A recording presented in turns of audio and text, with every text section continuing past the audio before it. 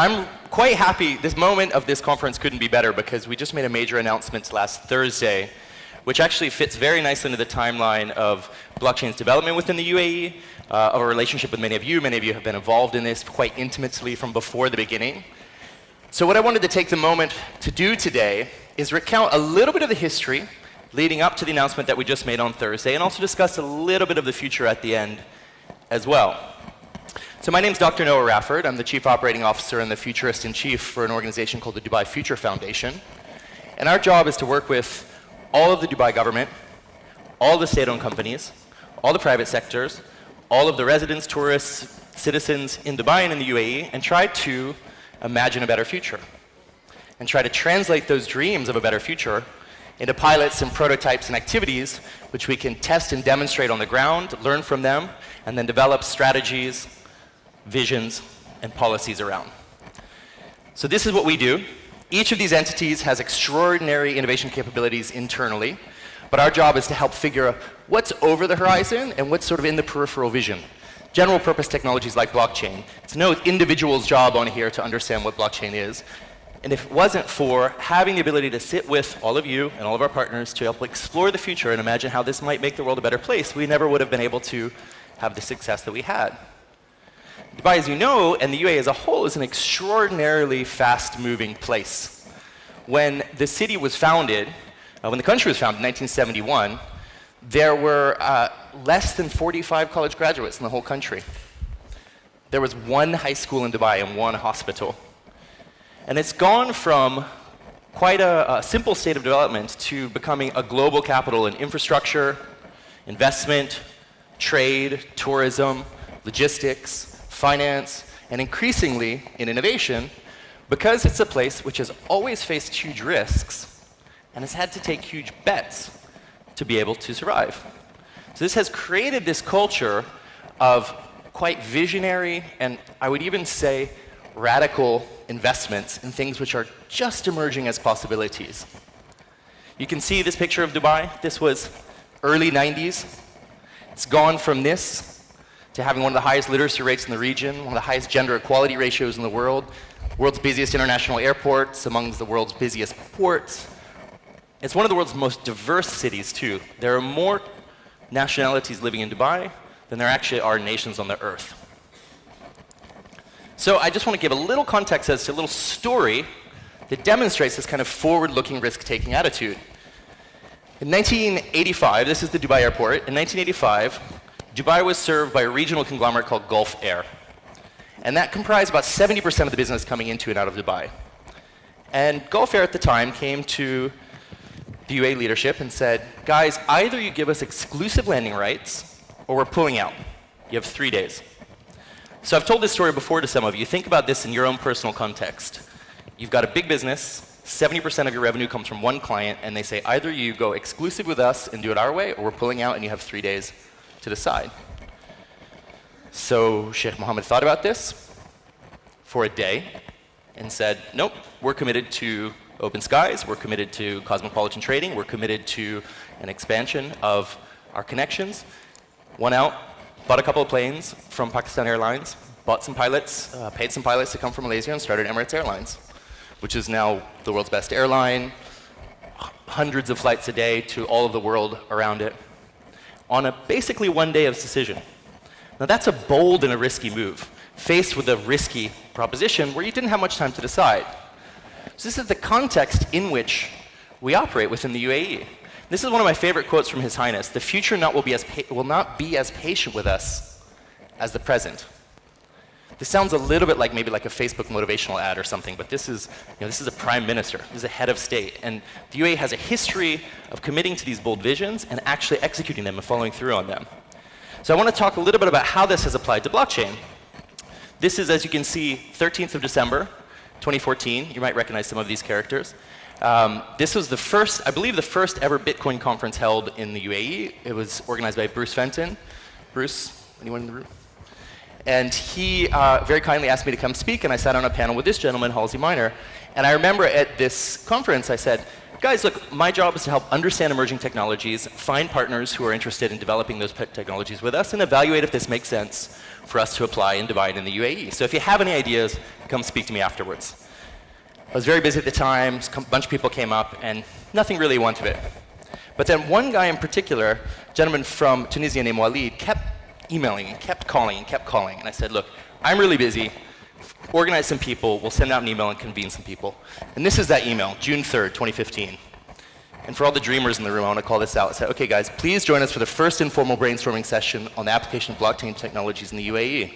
Let's create a big dream for the UAE in this space.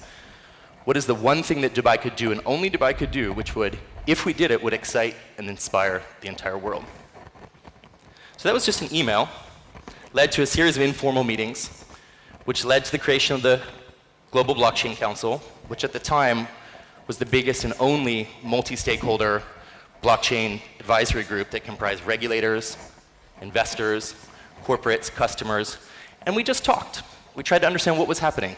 What does this mean for us? What can we do about it? And this was when there was a lot of ambiguity on this, if this was legal. Were you going to get thrown in jail if you invested in or applied blockchain technologies? And out of this, we had the first blockchain event properly here with Mo in the Burj Al Arab in May 2016. A series of pilot projects were conducted, which led to the launch of this. So this is His Highness Sheikh Mohammed, the Crown Prince, Sheikh Hamdan, the Crown Prince of Dubai, approving the Dubai blockchain strategy, which committed in quite a bold way to put 100% of all Dubai government transactions on a blockchain by 2020. So that's a massive timeline. And since that date, our partners at Smart Dubai have been doing extraordinary work developing and executing this. They've conducted over almost 40 detailed business process re-engineering studies with core government departments, with core state-owned entities, and exploring how can blockchain help them internally make their services better, but then deliver better services across government, and how might that then be used as a platform to stimulate private sector investment and the creation of a new industry around blockchain as a general purpose technology. They just recently announced that the first 20 of these services will be rolling out in the next few months, and that gets us to today. So what's next? Dubai as a city government and as a state-owned infrastructure around its economy is rolling out what I believe to be the most aggressive and large-scale blockchain implementation in the history of the world. And the question becomes, where do we go after this? Of course, there's still a lot of challenges to be faced in implementation, both from a financial perspective, an operational perspective, a talent perspective. But as I mentioned, the UAE didn't get to where it is by waiting for the next thing. So just last Thursday, His Highness Sheikh Mohammed, the Prime Minister and Vice President of the UAE and the ruler of Dubai, announced a national blockchain strategy. I believe this is the first and only national blockchain strategy, which is now being translated into action. And I wanted to share this with you because this is the first opportunity that we've had to speak about this publicly. The commitment of the federal blockchain strategy is that 50% of all federal government services will be on the blockchain by 2021. That's the 50-year anniversary of the country. So 50% of all federal services by the 50th year, on top of, at that point, 100% of all local Dubai government transactions on the blockchain. What does this mean? Is that my mic? No. No. Thanks, Mohammed. Thanks so much, brother. So I just want to introduce what this looks like. This has 4 main pillars. The first and most obvious one, because this is where we start to get into real talk, right? You're talking national law, national policies, which has implications for bilateral relationships, international standards, etc. So the first of this pillar is legislation. We're going to draft regulations, conduct the proof of concepts, and ultimately establish licensing activities which would enable private companies to flourish, providing a whole host of blockchain services within the UAE. The second of these is focusing on citizen-facing services, the things that you and I have to interact with government on a daily basis. These are things like education records, education certification, healthcare records, healthcare certification for doctors, for providers, such that no matter where you are, you'll be able to have accurate medical records and have accurate linking to your insurance and reduce all of the fraud associated with that, for example, and the mismanagement and malpractice that comes from not having access to accurate records. The third, and this is a big deal, right now in Dubai, we already have a draft of this system in place for the Dubai Land Department, and this is putting all real estate transactions on a blockchain. Right? So you know who owns what, how to exchange property quickly, easily, efficiently, and all the rules and regulations associated with that, basically as a state machine which can be automated. Now these are all going to be run in parallel, so I don't mean to present these in a chronological order. The third pillar is around infrastructure, the most important of which I don't need to tell you guys is around identity. This is the biggest challenge which Dubai faced because identity as a sovereign service is granted at the national level in the UAE, as is true in most countries. And there's a fantastic organization called the Emirates ID Authority, which has all the PKI infrastructure in place already for this on your card, but has been trying to understand and evaluate the role that blockchain-based identity and authentication might play in the provision of these overall services. So having a commitment from the federal level to put sovereign identity on the blockchain and all that that enables for partnerships internationally is a profound move. This then links and opens up things around the energy market, around small-scale microeconomies of energy trading, as well as actually smart grid sort of monitoring and these sorts of things, security and justice. And one that might be most interesting for some of our colleagues who trade internationally here is import-export, bills of lading, customs, all of these things come on the blockchain, and we've been doing extraordinary work in Dubai already to that amount. Now the last one, which was kind of counterintuitive, is humanitarian aid. So it turns out that the UAE is the world's largest contributor per capita of humanitarian aid anywhere. But a lot of that is very difficult to measure. It's very difficult to measure the impact of. So putting all of these aid services and disbursement activities on an on a blockchain platform is going to enable a fundamental step change in efficacy and efficiency of that as well. I'm going to walk you very briefly through how we do it. We will establish a national blockchain council, similar to the Dubai Council, multi-party, academics, private sector, entrepreneurs, government, regulators, customers. They will then go through a very similar process to what Smart Dubai has done at the ministry by ministry level, fundamentally looking at your core services, trying to understand how can blockchain improve these, and then putting in place a blockchain as a service platform across the entire thing so that the private sector can interact with that, conduct pilot projects both to learn from and test these activities, but also to better understand the details that are necessary. After doing the pilot projects and understanding what we need to understand around this at the national and international level, we'll establish federal regulations and a series of incentives to attract blockchain-based businesses here as we roll out, scale this, and monitor its delivery over the next several years. Key thing I want to leave you on here. The main thrust of the national blockchain strategy is around capacity building. Right? It's not enough just to hire technical vendors to come and improve these services. Right? That's happening, it will continue to happen. But what this is fundamentally about is helping to train an entire industry of people living and working in Dubai who understand how to produce these technologies, understand how to apply them in business and public policy settings, understand how to communicate them and their value, and then do similar events like this. So we will very shortly be at the birth of what I hope to be a sort of blockchain educational renaissance at the national level. You can imagine hundreds and hundreds and hundreds of training workshops. And the key thing I want to emphasize here is, as you can imagine because of the headlines that we received from the Dubai announcement, we are inundated with fly-by-night training operations, 3-day-old blockchain startups, some of which are interesting and might be useful.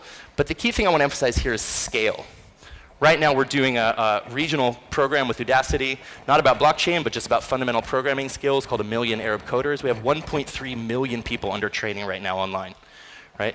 So this is an invitation to people who are actively, incredibly involved in training blockchain developers, business analysts, people around the application and sales of this, to engage with us at scale.